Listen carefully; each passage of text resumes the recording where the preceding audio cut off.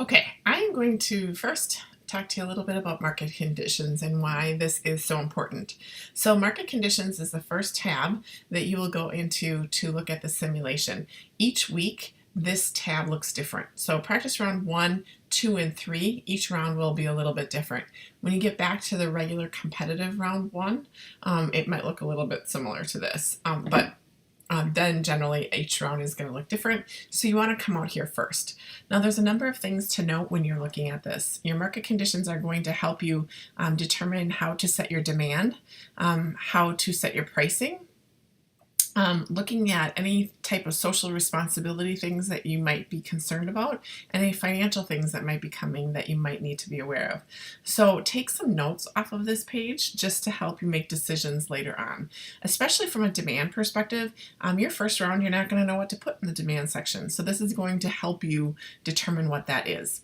So the demand for mobile headsets in all three markets is expected to grow quite rapidly as customers believe that an increase in competition will lead to lower prices. Analysts are expecting that sales growth will be very strong in all markets.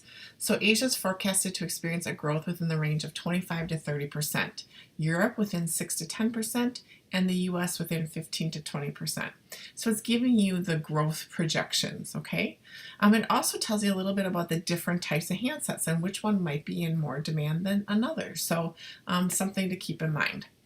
In costs, it's going to tell you a little bit about tariffs and taxes, which are really big in the news right now. And tariffs are really taxes that are put on goods.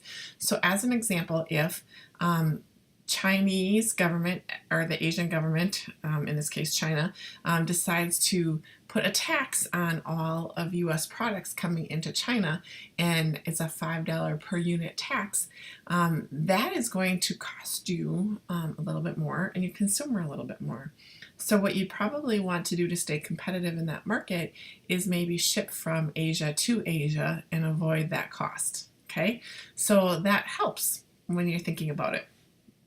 In the finance section, the European Union has reached a common tax agreement unifying corporate tax rates at 31% throughout Europe, and they believe that Europe is jeopardizing its shaky position. So perhaps if the euro is going to fall, they might not be able to purchase as expensive phone products as they might have before. So something to keep in mind.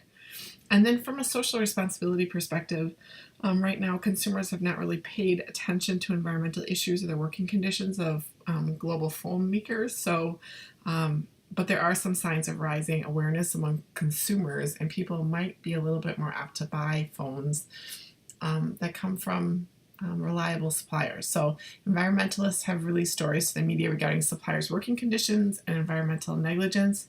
As a result, a small negative effect for demand is forecasted when using badly rated suppliers.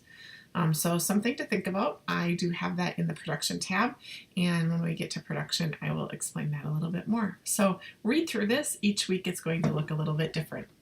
Let me know if you have questions.